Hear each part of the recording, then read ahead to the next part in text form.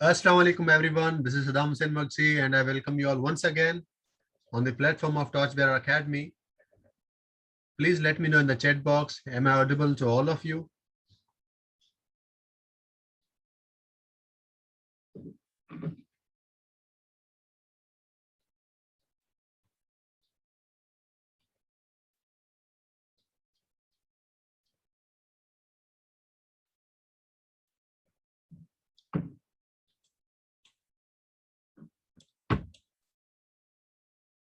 Last class में हमने क्या पढ़ा था? लास्ट क्लास के अंदर आई थिंक हमने बात की थी कोलन की, कि what is the use of colon, colon क्या है, इसका यूज क्या है, इस हवाले से हमने बात की थी। इसको थोड़ा सा हम रिपीट कर देते हैं एक बार, उसके बाद हम आगे जो है ग्रामेटिकल रिस्ट्रिक्शन से उनको पढ़ते हैं। मैंने आपको बताया था कि जब भी हम कोलन का यूज कर रहे हैं, इसका मतलब ये है कि इट्स ए ग्रामेटिकल रिस्ट्रिक्शन, जो कि आपको रिस्ट्रिक्ट करती है कि कोलन के बाद जो पूछा है आपने वो लिखना है। फॉर एग्जाम्पल, अगर आपके पास टॉपिक है democracy in Pakistan colon hopes and hurdles, तो इसमें आपने क्या लिखना है? इसमें आपने होप्स एंड हर्डल्स लिखने हैं, लेकिन किस चीज के? Hopes and hurdles of democracy in Pakistan. तो आपने डेमोक्रेसी इन पाकिस्तान के होप्स एंड हर्डल्स लिखने हैं।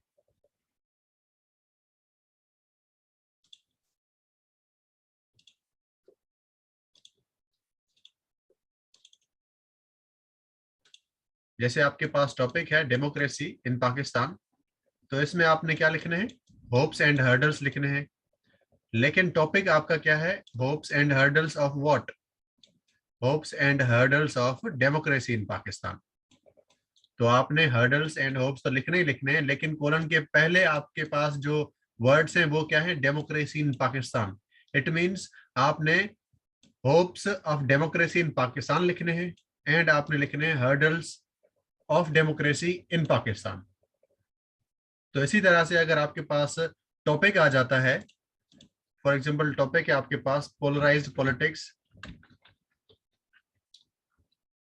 कोलन है issues and challenges of democracy in Pakistan. अब ये आपके पास टॉपिक है, तो इसका मतलब क्या है कि आपने issues and challenges of democracy लिखने हैं, लेकिन keeping in view the term polarised politics. Context क्या है? कॉन्टेक्स्ट ये है कि पोलराइज्ड पॉलिटिक्स की वजह से डेमोक्रेसी के कौन कौन से इश्यूज हैं और उसके कौन कौन से चैलेंजेस हैं। हमने ये नहीं करना कि issues and challenges of democracy बताने हैं। ये एग्जामिनर आपसे पूछ रहा है कि पोलराइज्ड पॉलिटिक्स की वजह से कौन से इश्यूज हैं डेमोक्रेसी के अंदर और इसकी वजह से कौन से चैलेंजेस हैं। हालांकि हमने issues and challenges of democracy ही बताने हैं, लेकिन पोलराइज्ड पॉलिटिक्स को माइंड में रखकर। तो इस ऐसे के अंदर आपके पास कीवर्ड्स कौन से हैं जिसको आप डीकंस्ट्रक्ट करते हैं, जिनको हम कहते हैं एक्सपोजिशन पैराग्राफ में जो आप टर्म्स डिफाइन करेंगे, वो कौन कौन से हैं? पहला है polarised politics. What is polarised politics? आपने ये लाजमी बताना है। पोलराइज्ड पॉलिटिक्स बताने के बाद आप बताएंगे डेमोक्रेसी क्या है, व्हाट इज डेमोक्रेसी। ये दो वर्ड्स आपने बताने हैं, इनकी एक्सपोजिशन देनी है, जिसमें आपने बताना है कि पोलराइज्ड पॉलिटिक्स क्या है, डेमोक्रेसी क्या है। देन आगे आपने बताने हैं कि issues of democracy due to polarised politics वो क्या है, फिर आपने ये बताने हैं। या फिर अगर आप डिस्टिंग्विश नहीं कर पा रहे इश्यूज एंड चैलेंजेस को, तो कोई बात नहीं, आप सिंपली एक ही हेडिंग दे दें, issues and challenges of democracy in Pakistan, और पोलराइज्ड पॉलिटिक्स का आपने लिखना है amidst polarised politics. Simple. So issues and challenges of democracy in Pakistan due to polarised politics आपने बताना है। सिर्फ इश्यूज या चैलेंजेस नहीं बताने डेमोक्रेसी के, इसको भी आपने माइंड में रखना है। लेकिन मैं ये जो कह रहा हूं कि ग्रामेटिकल रिस्ट्रिक्शन है, जो कि कोलन के बाद आपसे चीजें पूछी हैं वो लिखनी है, इसका मतलब ये नहीं है कि इसको आप ओवरलुक कर दें। इसका मतलब ये है कि ऐसे आपका पोलराइज पॉलिटिक्स नहीं है, ऐसे जो है आपका वो issues and challenges of democracy due to polarise politics है। इस चीज को आपने अंडरस्टैंड करना है। आई थिंक ये बात हमारी क्लियर हो गई है। अगर इस तरह अभी भी कोई इशू है इस टॉपिक के अंदर, या फिर कोलन का कोई भी टॉपिक है, तो उसका बताएं मुझे, ताकि मैं आपको गाइड करूं इस हवाले से। एक और एग्जांपल देख लेते हैं। फॉर एग्जांपल आपके पास वर्ड है energy crisis in Pakistan colon causes and consequences. तो अब ये ऐसे क्या है, ऐसे आपसे पूछ रहा है कि causes of energy crisis in Pakistan and consequences of energy crisis in Pakistan. आपका ऐसे topic energy crisis in Pakistan नहीं है, बल्कि causes of energy crisis in Pakistan है and consequences of energy crisis in Pakistan है। इस चीज को आपने अंडरस्टैंड करना है। प्लीज लेट मी नो कि ये चीज हमारी क्लियर हो गई है। इससे रिलेटेड अभी कोई इशू तो नहीं है, कोई कंफ्यूजन तो नहीं है।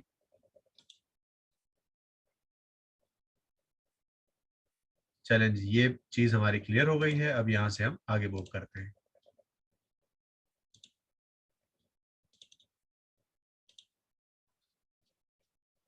Pakistan informal economy the way forward solution आपसे पूछा है, लेकिन फिर भी हम कुछ आर्ग्यूमेंट्स इसमें इश्यूज के भी लिख देंगे, क्योंकि हम 25 सॉल्यूशंस तो नहीं लिख सकते इसके अंदर।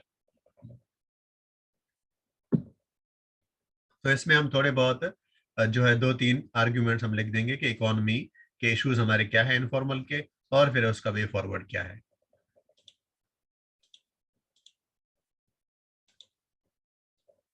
अदरवाइज देखा जाए तो इसमें सिर्फ आपसे वे फॉरवर्ड ही पूछा है, लेकिन हम 25 आर्ग्यूमेंट्स वे फॉरवर्ड के नहीं दे सकते। तो कुछ आर्ग्यूमेंट्स हम इनफॉर्मल इकोनॉमी के रीजंस क्या हैं या फिर चैलेंजेस क्या हैं वो आपने बताने हैं। उसके बाद फिर आपने सोल्यूशंस दे देने हैं। मेजर जो आपका पार्ट होगा वो सोल्यूशन का होगा। एटलीस्ट 12 to 15 आर्ग्यूमेंट्स आपके सोल्यूशन के होने चाहिए इस ऐसे के अंदर। तो आई थिंक कोलन हमारा क्लियर हो गया है कि कोलन की मीनिंग क्या है, इस तरह के टॉपिक्स को डीकंस्ट्रक्ट किस तरह से करना है।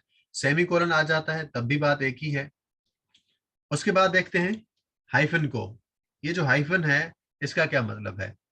अब यहाँ पे आपके पास एक ऐसे है energy hyphen a critical factor in Pakistan economy. जब भी हाइफन आए तो आपने देखना है कि क्या इस पार्ट को इस पार्ट के साथ हम लिंक कर सकते हैं या नहीं कर सकते। अगर आप लिंक कर सकते हैं तो आप इसको लिंक करेंगे, या फिर ये दोनों चीजें अलग अलग हैं तो फिर आप इनको अलग बताएंगे। अब यहाँ पे आपको बताया कि energy hyphen a critical factor in Pakistan economy. It means ऐसे आपका ये है कि इसको अगर आप हाइफन को हटा दें तो हम लिख सकते हैं कि energy is a critical factor in Pakistan economy. ठीक है जी, ये आपको समझ आ गया। हाइफन का आपको समझ आ गया कि क्या है। जब इस तरह का कोई ऐसे है तो इसका मतलब ये है कि आपने लिंक कर देना है पूरे ऐसे को। हाइफन आ जाए या फिर इज लिखा हो, बात एक ही है। एक और ऐसे है gender equality colon a popular slogan. सबसे पहले तो इस ऐसे को समझने की जरूरत है, इसको डीकंस्ट्रक्ट करने की जरूरत है।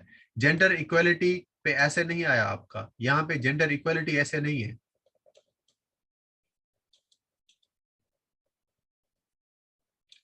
यहाँ पर जेंडर इक्वालिटी ऐसे नहीं है आपका। सबसे पहले तो आप इस चीज को अंडरस्टैंड करने की कोशिश करें कि पॉपुलर स्लोगन की मीनिंग क्या है। What do you mean by this term popular slogan. तभी हम बताएंगे कि जेंडर इक्वालिटी पॉपुलर स्लोगन है या नहीं है। अगर पॉपुलर स्लोगन है तो कैसे है, अगर पॉपुलर स्लोगन नहीं है, ये रियल इशू है, तो फिर हमारा ऐसे किस तरह होगा। ये वाकई में कोई रियल इशू है या फिर सिर्फ एक पॉपुलर स्लोगन है, इसको पहले अंडरस्टैंड करने की कोशिश करेंगे। और सबसे पहले इस चीज को अंडरस्टैंड करने की कोशिश करेंगे कि पॉपुलर स्लोगन जो वर्ड है इसकी क्या मीनिंग है। वंस हम इस चीज को डीकंस्ट्रक्ट कर लेते हैं तो उसके बाद हम ये बताएंगे कि जेंडर इक्वलिटी पॉपुलर स्लोगन किस तरह है। अगेन ऐसे को 360 पर्सपेक्टिव देने के लिए देखिए, हम अपनी जो है इंटरप्रिटेशन नहीं बताएंगे यहाँ पर।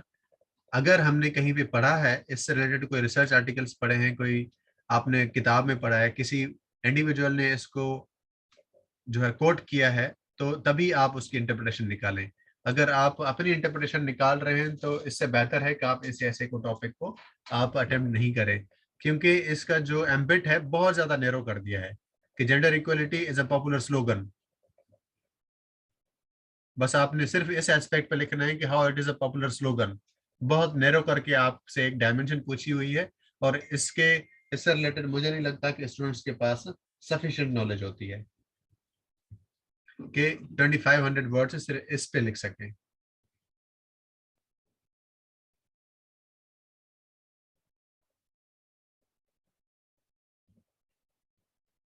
आज भी मुर्सा के पास इंटरनेट का इशू आ रहा है।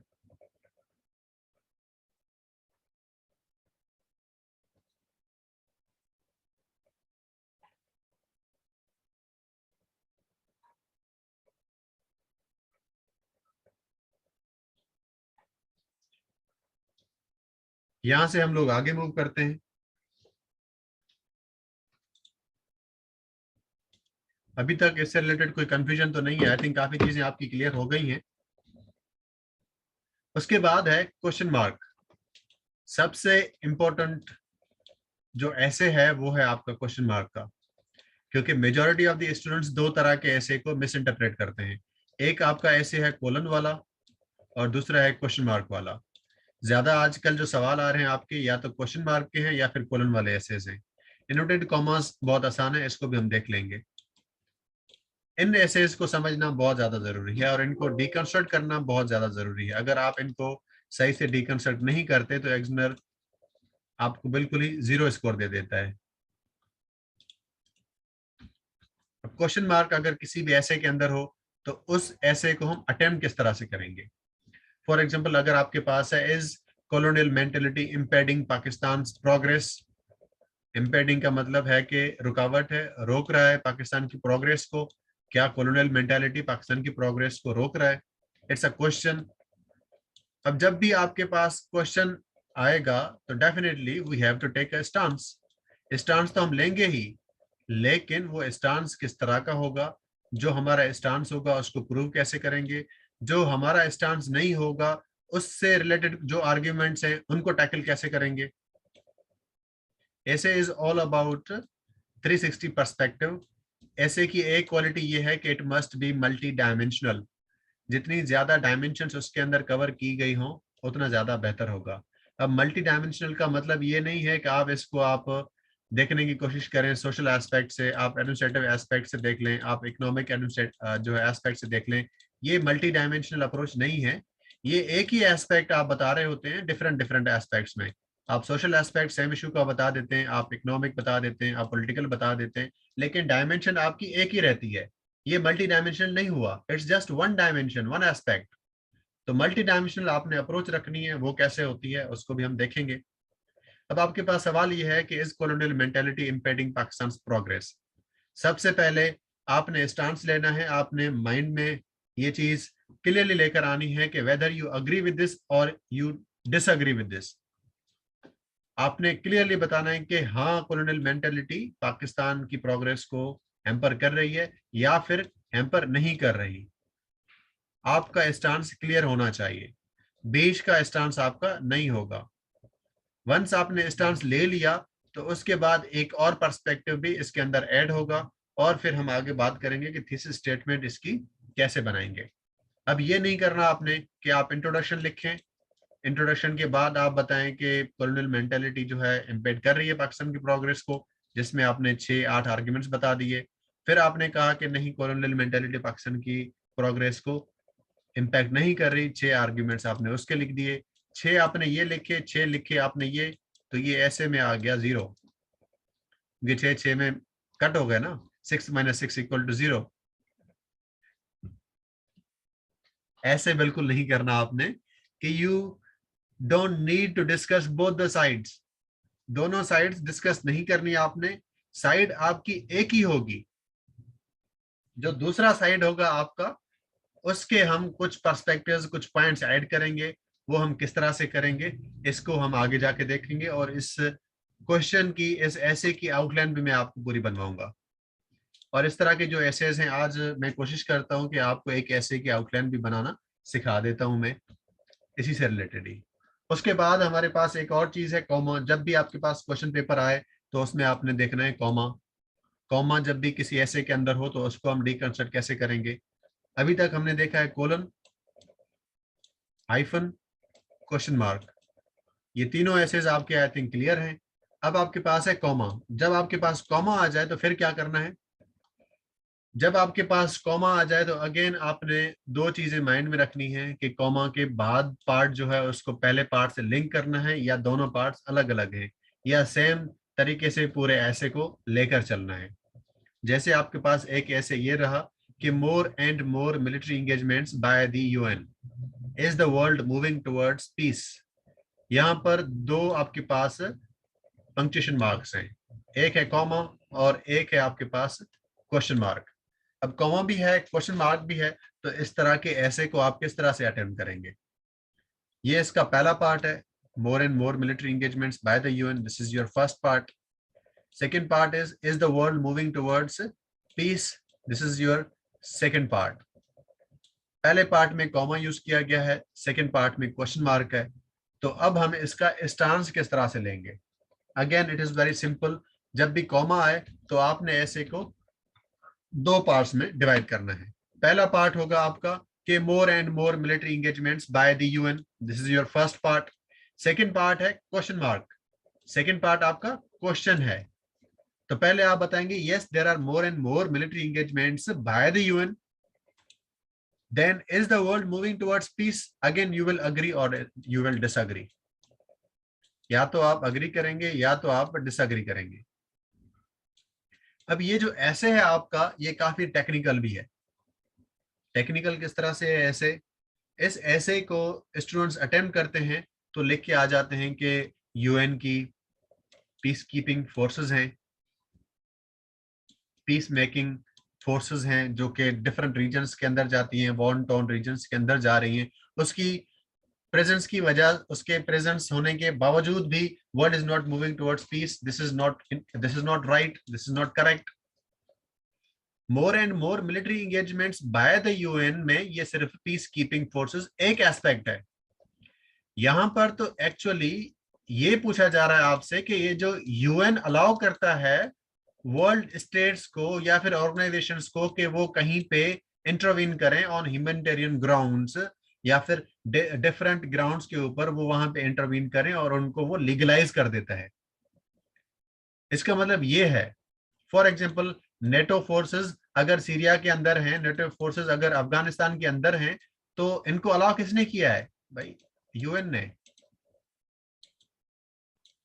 यूएन ने इनको अलाउ किया है। सो इसी कॉन्टेक्स्ट में आपसे पूछा जा रहा है कि more and more military engagements by the UN का मतलब ये है कि यूएन ज्यादा से ज्यादा कंट्रीज और इंटरनेशनल ऑर्गेनाइजेशंस या इंटर गवर्नमेंटल ऑर्गेनाइजेशंस को ऑथराइज करती है कि वो दूसरे रीजन्स में जाएं। फिर जाने के पर्पसेस होंगे, टेररिज्म को खत्म करना है, ह्यूमैनिटेरियन ग्राउंड्स पे जाना है, किसी को सपोर्ट करना है, किसी को रेस्क्यू करना है, वॉट एवर द रीजन्स। लेकिन यहाँ पे सवाल आपका सिर्फ पीस कीपिंग का नहीं है। वो सारी फोर्सेस जिनको यूएन ने अलाउ किया है कि वो किसी और टेरिटरी के अंदर जा सकते हैं और ऑपरेशंस कंडक्ट और कैरी आउट कर सकते हैं, यहाँ पे वो सारी चीजें हमने डिस्कस करनी है। अब 2001 के बाद यूएसए और सारे नेटो फोर्सेस जो हैं, सारी कंट्रीज अफगानिस्तान के अंदर आ गई, तो क्या ये लीगल था और इट वाज इलीगल? जब यूएन ऑथराइज कर देता है तो then it is legal definitely. तो ये यूएन ने ऑथराइज किया हुआ है तभी ये आए हैं, अदरवाइज ऑन देयर ऑन वो नहीं आ सकते। तो इस चीज को आपने अंडरस्टैंड करना है और इसी कॉन्टेक्स्ट में आपने बताना है कि more and more military engagements by the UN हो रही है। फिर आपको चीजें बताएंगे कि कहाँ कहाँ पे मिलिट्री एंगेजमेंट्स हुई है यूएन की। वो बताने के बाद आपने स्टांस लेना है कि भाई दुनिया मूव कर रही है पीस की तरफ या नहीं कर रही। जो भी आपका स्टांस होगा फिर उस स्टांस को आपने प्रूव करना है। सो अगेन जब भी आपके पास कॉमा एंड क्वेश्चन मार्क आए तो दो पार्ट्स में आपने डिवाइड करना है। पहले पार्ट को माइंड में रखने के बाद सेकंड पार्ट में सवाल का जवाब देना है, whether you agree with it और यू डिसएग्री विद इट। तो आपने इस तरह से लिखना है कि definitely more and more military engagements तो यूएन की तरफ से हो रही हैं, लेकिन उसके बावजूद भी, इतने ज्यादा एफर्ट्स के बावजूद भी दुनिया पीस की तरफ मूव नहीं कर रही। ये आपका स्टांस बिल्कुल हो सकता है। पीस का मतलब है एब्सेंस ऑफ वॉर। अगर वर्ल्ड वॉर 3 नहीं है तो कोई मसला नहीं, वर्ल्ड वॉर 3 नहीं हुई, लेकिन और तो वॉर्स हो रही हैं, प्रॉक्सी वॉर्स तो हो रही हैं, इनडायरेक्ट वॉरफेयर्स तो हो रही हैं, 5th जनरेशन वॉरफेयर है, डायरेक्ट इंगेजमेंट्स हैं, इन्वॉल्वमेंट है, इंटरवेंशंस हैं, ये सारी चीजें भी तो हो रही हैं। अगर वॉर नहीं है तो पीस भी तो नहीं है। तो इस कॉन्टेक्स्ट में आप ये कह सकते हैं कि world is not moving towards peace. I hope कि ये भी आपको समझ आ गया है कि इस तरह के एसेस को आप डिकंस्ट्रक्ट किस तरह से करेंगे। मूविंग ऑन, जहां भी कोई सवाल हो तो आप नोट कर लीजिएगा, उसको फिर हम डिस्कस कर लेंगे। उसके बाद आपके पास है एंड। ये बहुत आसान भी है और बहुत मुश्किल भी है। जो एसेस आपके एंड के साथ लिंक्ड होते हैं, इंटरकनेक्टेड होते हैं एंड या फिर और के साथ, वो जितने आसान लगते हैं उतने आसान होते नहीं, उतने ज्यादा मुश्किल भी होते हैं। सर एक और क्वेश्चन भी आता है यूएन के बारे में कि यूएन ने ऑथराइज किया तो तभी यूएस फलां फलां जगह गया, तो क्या यूएन पीस की बजाय सुपर पावर्स का टूल है? तो यहाँ हम क्या लिखेंगे? डिपेंड करता है कि वो ऐसे में है, सवाल है 20 मार्क का, या फिर ऐसे है। ये सिंपली जो आईआर वाले हैं उनको ये बात मेरी अच्छे से समझ आएगी। ये सिंपली हम कहते हैं कि इट इज क्रिटिकल पर्सपेक्टिव। जो यूएन को क्रिटिसाइज करते हैं इन सिंपल टर्म्स, जो कि इन ऑर्गेनाइजेशंस को अपोज करते हैं, वो ये कहते हैं कि इसका जो स्ट्रक्चर है, यूनाइटेड नेशन सिक्योरिटी काउंसिल, जो कि सबसे पावरफुल ऑर्गेनाइजेशन, जो कि सबसे पावरफुल इदारा है, जो 6 ऑर्गन्स हैं उसमें से सबसे पावरफुल जो है वो आपका है यूनाइटेड नेशन सिक्योरिटी काउंसिल। अब इसमें जो है P5 कंट्रीज हैं, P5 परमानेंट 5 कंट्रीज हैं जो कि न्यूक्लियर स्टेट्स हैं। इसको हम P5+1 भी कहते हैं। +1 का मतलब यहाँ पे जर्मनी को ऐड कर रहे हैं हम। तो यहाँ पर अगर कोई भी लॉ पास कराना है, कोई भी रेजोल्यूशन पास करवाना है, तो ये जो 5 कंट्रीज हैं इनकी परमिशन लाजमी है, इनका कंसेंट लाजमी है। अगर कोई भी डिसएग्री करता है, कोई भी उस बिल को ब्लॉक कर सकता है इजीली। अगर एक भी मेंबर डिसएग्री करेगा तो वो रेजोल्यूशन पास नहीं होगी। तो इसीलिए हम कह रहे हैं कि भाई सबसे ज्यादा जो पावरफुल इदारा है उसमें तो सिर्फ 5 कंट्रीज का ही होल्ड है एक तरह से, जो वो चाहें वही होगा। अगर वो किसी चीज को ब्लॉक कर देते हैं तो रेजोल्यूशन पास ही नहीं होगा। एट द सेम टाइम फिर यही जो P5 कंट्रीज हैं सबसे ज्यादा यूएन को फंडिंग यही देती हैं। अब यूएन जो है वो खुद से पैसे तो नहीं कमाती, उसको तो स्टेट्स ही स्पॉन्सर करती हैं, स्टेट का ही पैसा जाता है इनके पास। तो डेफिनेटली जिसका सबसे ज्यादा पैसा लगा हुआ होगा तो उसकी से भी तो ज्यादा होगी, इट्स नेचुरल थिंग। अगर कोई ऑर्गेनाइजेशन है, एक दो पार्टनर्स हैं, एक के अगर शेयर्स 51% हैं, तो ज्यादा वेटेज किसके बात की होगी? 51% जिसके शेयर्स हैं उसकी होगी, चाहे सिर्फ 1% का डिफरेंस है, लेकिन से फिर भी इसकी ज्यादा है। इसी तरह से इंटरनेशनल सिस्टम में भी इसी तरह सारी चीजें होती हैं आपकी। तो ये हम लिख सकते हैं क्रिटिकल पर्सपेक्टिव में, हम कह सकते हैं कि बिल्कुल ये एक एस्पेक्ट भी है।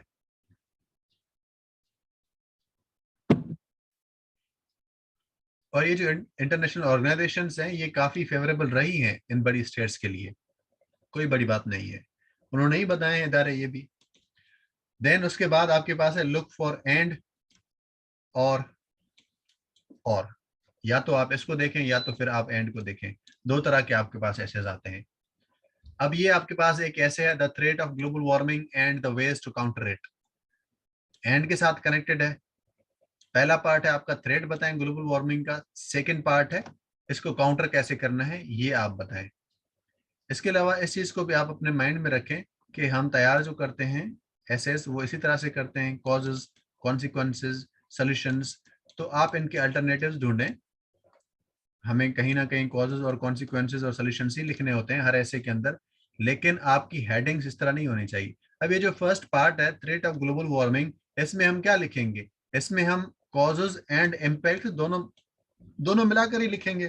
तो हम हेडिंग नहीं देंगे कॉजेज की, हम हेडिंग देंगे थ्रेट ऑफ ग्लोबल वार्मिंग।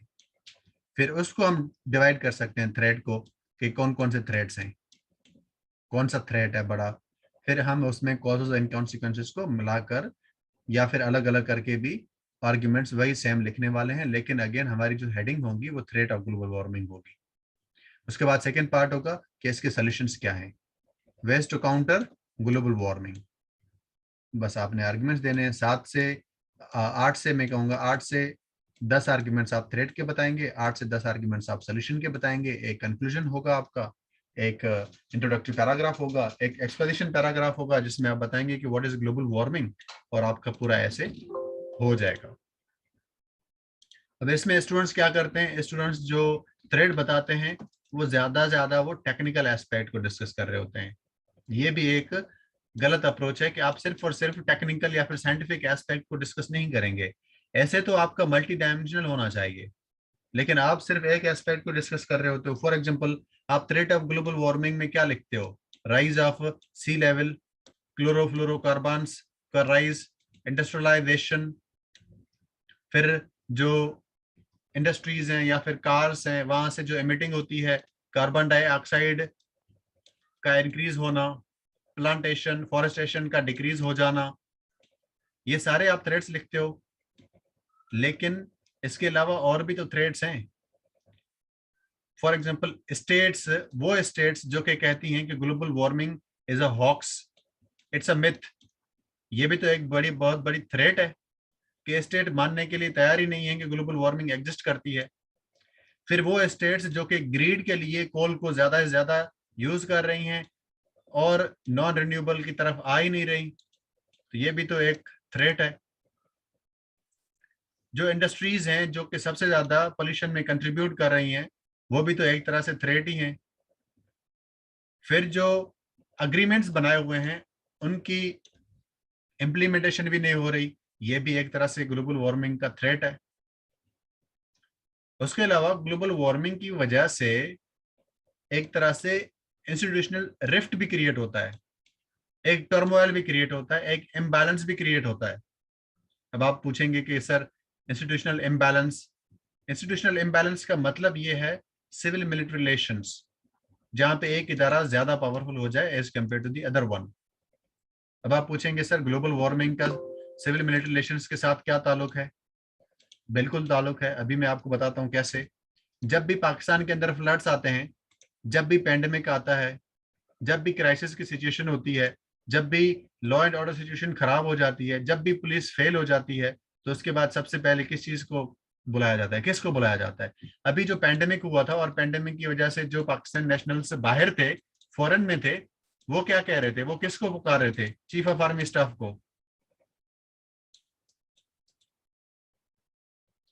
तो वो चीफ ऑफ आर्मी स्टाफ को वीडियोस बना के रिक्वेस्ट कर रहे थे कि हमें रेस्क्यू करें, हमें यहाँ से निकालें। जब फ्लड्स आते हैं तो आर्मी आ जाती है, बारिश होती है आर्मी आ जाती है। तो देखें किस तरह से ग्लोबल वार्मिंग आपके इंस्टीट्यूशनल इम्बैलेंस को और ज्यादा इंक्रीज कर रही है, क्योंकि हमारे नेशनल कॉन्शियस में ये बात एम्बेड हो चुकी है कि जब भी क्राइसिस की सिचुएशन होगी तो एक ही इदारा हमें बाहर निकाल सकता है, and that is your military. Again it is institutional imbalance. तो इस तरह आप आर्ग्यूमेंट्स अपने बिल्ड कर सकते हैं मल्टी डायमेंशनल एस्पेक्ट में सोचकर। तो ये तो आपका आसान टॉपिक था कि threat of global warming and ways to counter it के दोनों एस्पेक्ट्स आपने बताने थे। उसके बाद आपके पास है water crisis and national unity. अब इसमें आपने दोनों बातें नहीं बतानी। अब आपने ये कॉजेज ऑफ वाटर क्राइसिस नहीं बताने, या फिर क्राइसिस ऑफ नेशनल इंटीग्रेशन, या फिर कॉजेज ऑफ नेशनल यूनिटी या फिर डिसयूनिटी आपने नहीं बताना। यहां पर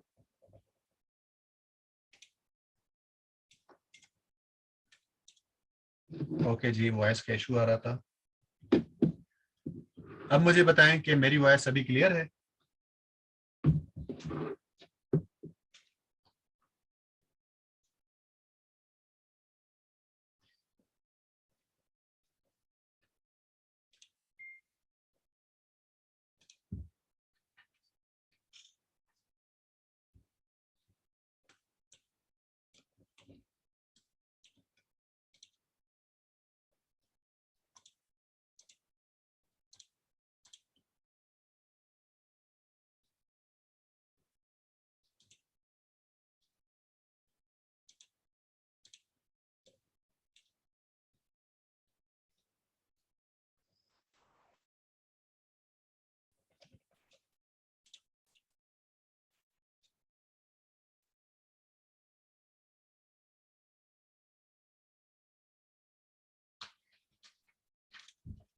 अच्छा जी, अभी आप लोग मुझे बताएं कि मेरी वॉइस अब आप सबको क्लियर आ रही है?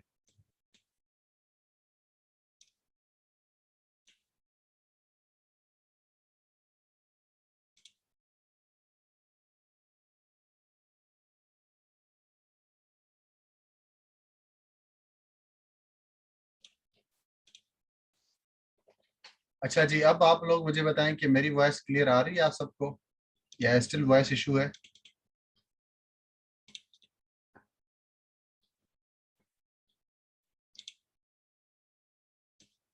क्लियर है जी। ओके, अब हम बात करने वाले हैं water crisis and national unity. इस हवाले से हम डिस्कस कर रहे थे और इस ऐसे को डीकंस्ट्रक्ट करने की कोशिश करते हैं। अब इस ऐसे को आपने अलग अलग नहीं करके डिस्कस करना कि वाटर क्राइसिस आप बताएं और उसके बाद आप नेशनल यूनिटी बताएं कि वाटर क्राइसिस के कॉजेज क्या हैं और नेशनल यूनिटी है हमारे पास या डिसइंटीग्रेशन है, ये आप बताएं। ये आपसे नहीं पूछा, ये आपसे पूछा जा रहा है एक्चुअली कि आपने लिंक करना है वाटर क्राइसिस को नेशनल यूनिटी के साथ। अब ये ऐसे जो है ये काफी प्रॉब्लमेटिक ऐसे है आपका।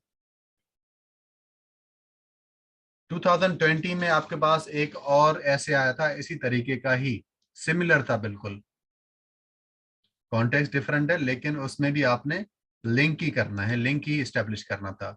वो कौन सा था? Global changing global power dynamics and foreign policy of Pakistan.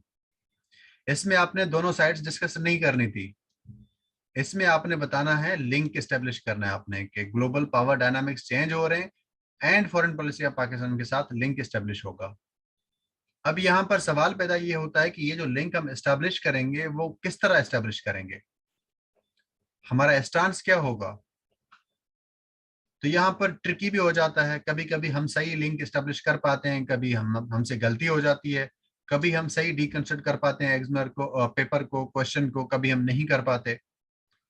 तो इस ऐसे को अगर हम डीकंस्ट्रक्ट करने की कोशिश करें तो इसके डिफरेंट एस्पेक्ट्स बन सकते हैं। फॉर एग्जांपल, हम ये कह सकते हैं कि वाटर क्राइसिस नेशनल यूनिटी को कंसोलिडेट कर रही है, क्योंकि जब भी इस तरह का क्राइसिस होता है तो हम एज अ नेशन यूनाइट होकर उसके साथ डील करते हैं। अब आप लोग मुझे बताएं कि ये जो मैंने आपको स्टांस बताया है, इस स्टांस में कोई प्रॉब्लम नजर आ रही है आपको? क्या आप इस स्टांस के साथ एग्री करते हैं? बिल्कुल सही स्टांस है, कोई प्रॉब्लम नजर नहीं आ रही। जब भी क्राइसिस सिचुएशन होती है तो हम यूनाइट होते हैं ना। लाइक आप फ्लड्स का टाइम देख लें, पैंडेमिक के टाइम पे आप देखें तो हम यूनाइट तो रहे थे। क्या ख्याल है?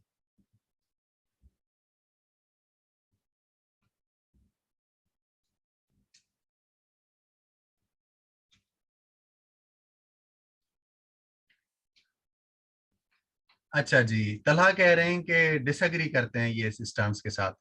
सबीन कह रही हैं कि ये अग्री करेंगी। माय वाइफ इज सेइंग कि मैं भी डिसएग्री करती हूँ। तो आई वुड से कि ये स्टांस आपका बिल्कुल हो सकता है, लेकिन this is not the right interpretation. Sentence बिल्कुल ठीक है, स्टांस बिल्कुल ठीक है, लेकिन इसकी ऐसे की राइट इंटरप्रिटेशन ये नहीं है।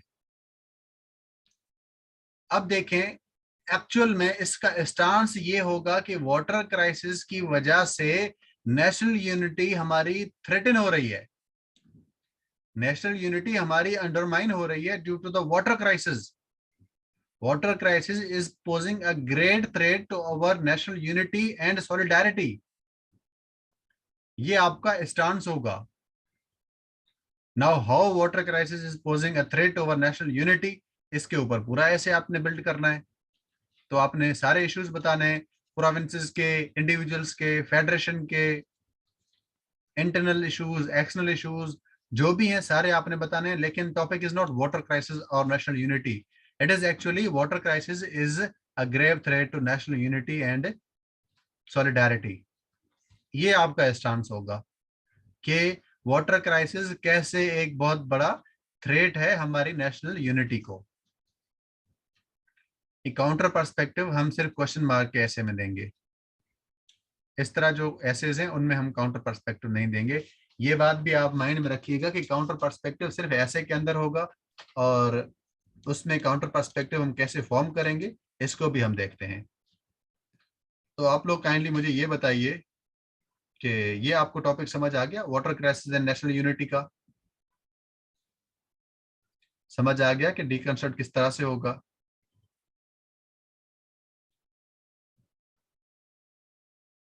ओके जी, यहां से फिर हम लोग आगे चलते हैं।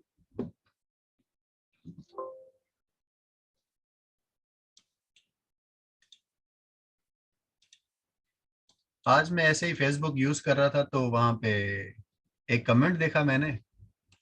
फिर मैंने देखा कि किसने कमेंट किया है, फिर रेस्पॉन्स क्या था। तो एक पोस्टर लगा हुआ था, उस पोस्टर पे लिखा था कि आपकी जो क्लासेस हैं करंट अफेयर्स की, सिर्फ एक ही बैच होगा शायद, और वो आपका ऑन कैंपस नहीं है, आपका ऑनलाइन है, और इतनी सीट्स बच गई हैं तो आप आके एनरोल करा लें खुद को। नीचे एक ने कमेंट किया था कि कुछ भी कर लें, हमने आपके पास नहीं आना। तो काफी फनी लगा था मुझे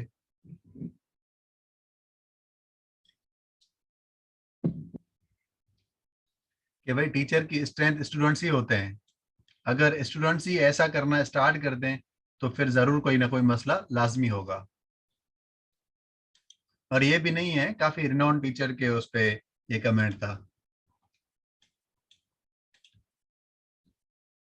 फिर नीचे एक और ने जो है टैग करके पूछा कि why are you saying that, what happened. फिर वो पूछ रहे हैं कि क्या हुआ।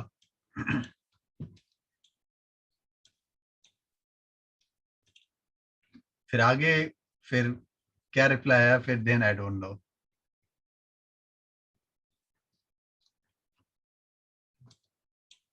नहीं, मैं किसी और टीचर की बात कर रहा हूँ कि उनके उस पे पेज पे उन्होंने एडवर्टाइजमेंट अपनी लगाई हुई थी, उस पे किसी ने लिखा था।